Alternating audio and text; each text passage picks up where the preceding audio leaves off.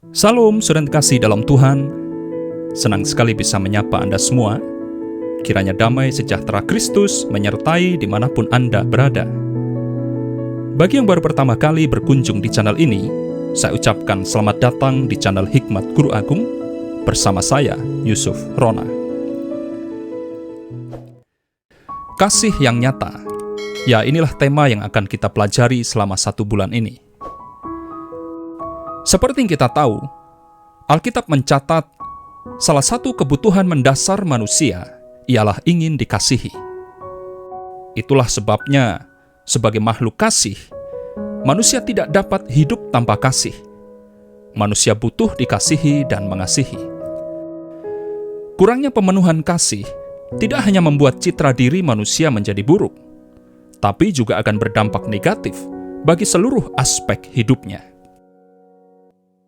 Biasanya, orang yang kekurangan kasih, orientasinya hanya sibuk memikirkan kepentingan diri sendiri.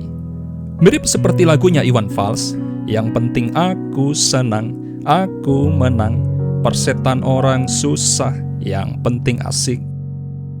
Orang yang kekurangan kasih cenderung egois, tidak peka terhadap kesusahan orang lain, suka membalas dendam, serta susah untuk mengampuni.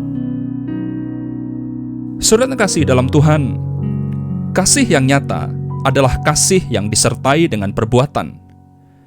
Berikut beberapa prinsip kasih yang nyata berdasarkan surat Yohanes yang pertama, pasal 4 ayat 7-11. Pertama, kasih berasal dari Allah. Firman Tuhan berkata, "Saudara-saudaraku yang kekasih, marilah kita saling mengasihi, sebab kasih itu berasal dari Allah, dan setiap orang yang mengasihi lahir dari Allah dan mengenal Allah." Ya, Allah bukan hanya kasih, tapi Allah adalah sumber kasih itu sendiri. Di dalam Allah ada kasih, dan kasih-Nya nyata melalui pengorbanan Kristus di kayu salib. Dosa telah menyebabkan manusia mengalami kerusakan total. Kemampuan manusia termasuk rasio, hati nurani, dan keberadaannya secara menyeluruh menjadi mati. Syukurlah, melalui pengorbanan Kristus, kita dimerdekakan dari belenggu dosa. Itulah kasih yang sejati, kasih yang sempurna, yang dinyatakan oleh Allah kepada manusia. Dengan menerima kasih Allah, barulah kita bisa saling mengasihi, saling mengampuni dengan kasih yang sejati. Maka tepatlah firman Tuhan berkata, "Marilah kita saling mengasihi, sebab kasih itu berasal dari Allah, dan setiap orang yang mengasihi lahir dari Allah dan mengenal Allah." Berikutnya yang kedua, kasih tumbuh melalui iman. Firman Tuhan berkata, "Barang siapa tidak mengasihi, ia tidak mengenal Allah, sebab Allah adalah kasih." Saudara kasih dalam Tuhan, kita tidak mungkin bisa mengasihi, terlebih mengasihi orang yang pernah menyakiti kita, hanya dengan mengandalkan kekuatan diri sendiri. Orang yang mengasihi berdasarkan kekuatan diri sendiri, pada akhirnya akan kecewa.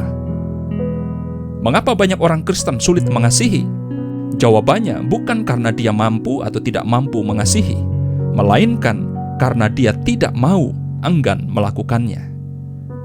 Padahal firman Tuhan jelas berkata, "Barang siapa tidak mengasihi, ia tidak mengenal Allah, sebab Allah adalah kasih." Bagaimanapun, orang yang sungguh-sungguh beriman kepada Kristus pasti mau dan mampu mengasihi, termasuk mengasihi orang yang pernah menyakiti hati. Saudara kasih dalam Tuhan, jika hari ini kita bisa mengasihi orang lain, bisa mengampuni kesalahan orang lain, bahkan bisa berbuat baik kepada orang lain, ingat, itu karena Tuhan yang memampukan kita. Yang terakhir, kasih adalah kewajiban semua orang yang sudah diselamatkan. Firman Tuhan berkata, "Dalam hal inilah kasih Allah dinyatakan di tengah-tengah kita, yaitu bahwa Allah telah mengutus anaknya yang tunggal ke dalam dunia, supaya kita hidup olehnya." Inilah kasih itu, bukan kita yang telah mengasihi Allah, tetapi Allah yang telah mengasihi kita dan yang telah mengutus anaknya sebagai pendamaian bagi dosa-dosa kita.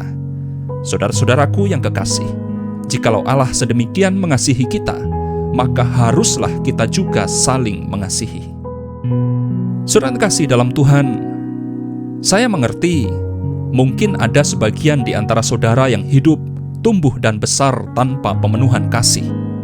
Mungkin ada yang ditelantarkan oleh orang tua, ada yang diasuh oleh orang lain, bahkan ada yang tidak diakui oleh keluarga. Apapun alasannya, jangan jadikan pengalaman itu sebagai alasan untuk tidak berbuat kasih. Marilah kita belajar dari teladan Kristus.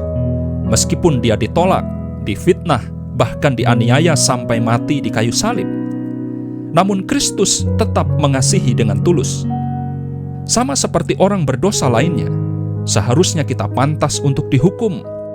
Dosa dan kesalahan kita bahkan tidak terhitung banyaknya, namun Kristus tetap mengasihi kita. Dia bahkan rela mati demi menyelamatkan kita dari belenggu dosa. Jikalau Tuhan sedemikian mengasihi kita, maka sudah seharusnya lah kita saling mengasihi.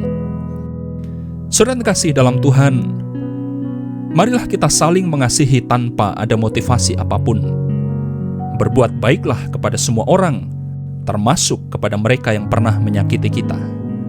Namun begitu, mengasihi dengan tulus saja tidak cukup.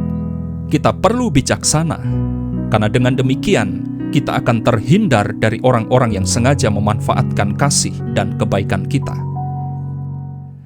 Kiranya firman Tuhan hari ini memberkati, menguatkan, serta meneguhkan kita. Sampai jumpa dalam renungan berikutnya. Tuhan Yesus memberkati.